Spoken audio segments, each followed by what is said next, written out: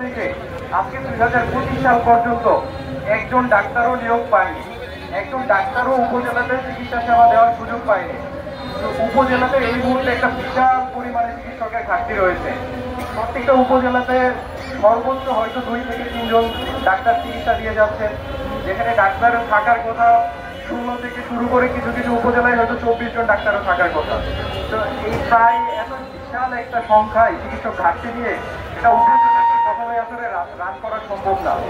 তাছাড়া যেটা আমি বলতে চাচ্ছি যে ব্যাপারটা হচ্ছে ডাক্তার নিয়োগ দেওয়াটা জেনারেল বিসিএসের মাধ্যমে খুবই খুবই খুবই সময় সাপেক্ষ। সেজন্যই আসলে দেশের প্রয়োজনে স্পেশাল বিসিএস আয়োজন করা হয়। স্পেশাল বিসিএস আয়োজন করার যে উদ্দেশ্যে হয় যেন অতিরিক্ত বেশি পরিমাণের চিকিৎসক নিয়োগ দেওয়া হয়। কিন্তু আমরা আসলে যদি দেখি ঘটনাটা 48তম বিসিএস থেকে অলরেডি দেখানো হয়েছে সরকারের পক্ষ থেকে 3500 চিকিৎসক নিয়োগ দেওয়া হয়েছে। ব্যাপারটা আসলে কোনোভাবেই যৌক্তিক না। এখানে রিপিট ক্যাডার যে ব্যাপারটা আছে অনেকেই বুঝেন না ব্যাপারটা, সেজন্য এটা নিয়ে প্রশ্ন করেন।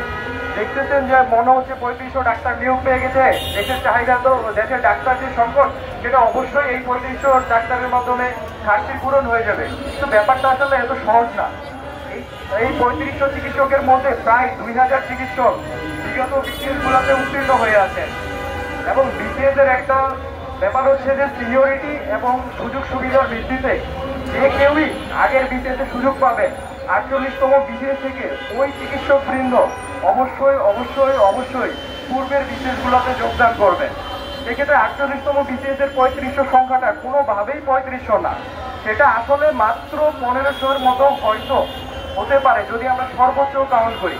বাকি 2000 যে পদ আছে সেটা কিন্তু একদমই ফাঁকা হয়ে যাবে। তো সরকার যে আমাদের বলেছিল যে 48 থেকে 3500 চিকিৎসক নিয়োগ দেবে, ব্যাপারটা কোনোভাবেই আসলে হচ্ছে না।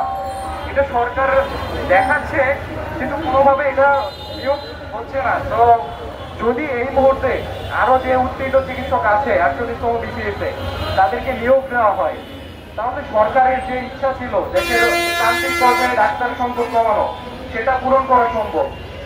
আসলে বাকি যে ডাক্তার আছে উত্তীর্ণ তাদের সবাইকেও যদি নিয়োগ দেওয়া হয় তারপরেও উপজেলাতে ঘাটতি থেকে যাবে। এই ব্যাপারটা যদি সরকার বুঝে তাহলে আসলে আমাদের জন্য এবং জনগণের জন্য সকলের জন্যই মঙ্গল। সরকার যদি একটা মিথ্যা আশ্বাস দিয়ে রাখে আসলে যে আমরা ডাক্তার নিয়োগ দিচ্ছি কিন্তু আসলে মাঠ পর্যায়ে ডাক্তার নেই, সেটা আসলে জনগণই প্রকৃতপক্ষে সাফারান হয়। আমাদের চিকিৎসকদের জন্য এটা আসলে খুবই কষ্টের যে আমরা বিসিএস এর মতো একটা পরীক্ষা উভয় আপনি উত্তীর্ণ হয়েও নিয়োগ পাচ্ছি না।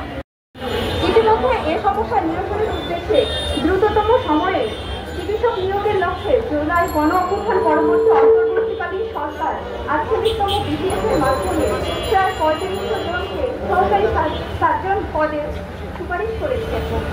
তবে 44, 45, 46 ও 47তম বিসিএস এর নিয়োগ প্রক্রিয়া অসমাপ্ত থাকায় ওই বিসিএস গুলো নিয়োগের বিভিন্ন পর্যায়ে অপেক্ষমান চিকিৎসক 48তম বিসিএস এর সুপারিশপ্রাপ্ত হয়েছে।